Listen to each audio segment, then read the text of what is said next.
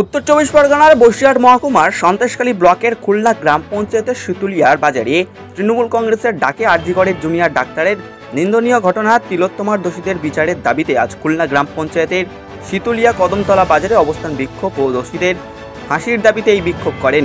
এদিনের সভায় উপস্থিত ছিলেন সন্দেশখালী ব্লক 2 সভাপতি দিলীপ মল্লিক, হিঙ্গলগঞ্জের বিধায়ক দেবেশ মণ্ডল, খুলনা গ্রাম পঞ্চায়েতের অঞ্চল সভাপতি সত্যজ্যোতি সান্যাল, খুলনা গ্রাম পঞ্চায়েতের প্রধান রিঙ্কু সান্যাল, সন্দেশখালী ব্লক 2 পূর্তের কর্মাধ্যক্ষ শফিকুল গাজী, ছাত্রনেতা দীপ ঘরামি, যুবনেতা সিদ্ধার্থ মণ্ডল ও একাধিক তৃণমূল কর্মী সমর্থকেরা।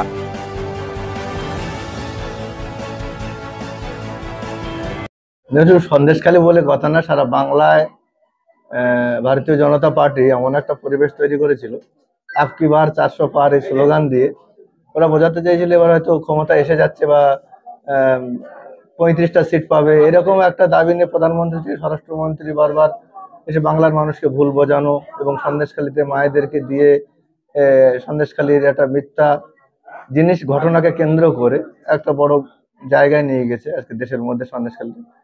কিন্তু সন্দেশখালী যারা মানুষ প্রকৃত তারা জানে যে সন্দেশখালী ঘটনা কি। সন্দেশখালীতে এই যে ঘটনাগুলো মিডিয়াতে বা বিভিন্ন জায়গায় দেখানো হয়েছে সেগুলো আদতে বাস্তব সত্য নয় এবং সন্দেশখালী মানুষ বরাবরই তৃণমূল কংগ্রেসের পাশে ছিল।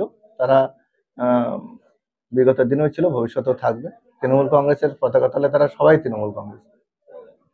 আজকে আপনার এখান থেকে প্রচুর মহিলা রাস্তায় নামিয়ে তাদের একটাই দাবি সিবিআই তাড়াতাড়ি শাস্তি দিক, কি বলবেন? এটা শুধু 5টা বুথের একটা মৌজার মহিলারা নেমেছে, এরপরে অঞ্চল স্তরের 3টে মৌজার মহিলারা এক জায়গায় নামবে।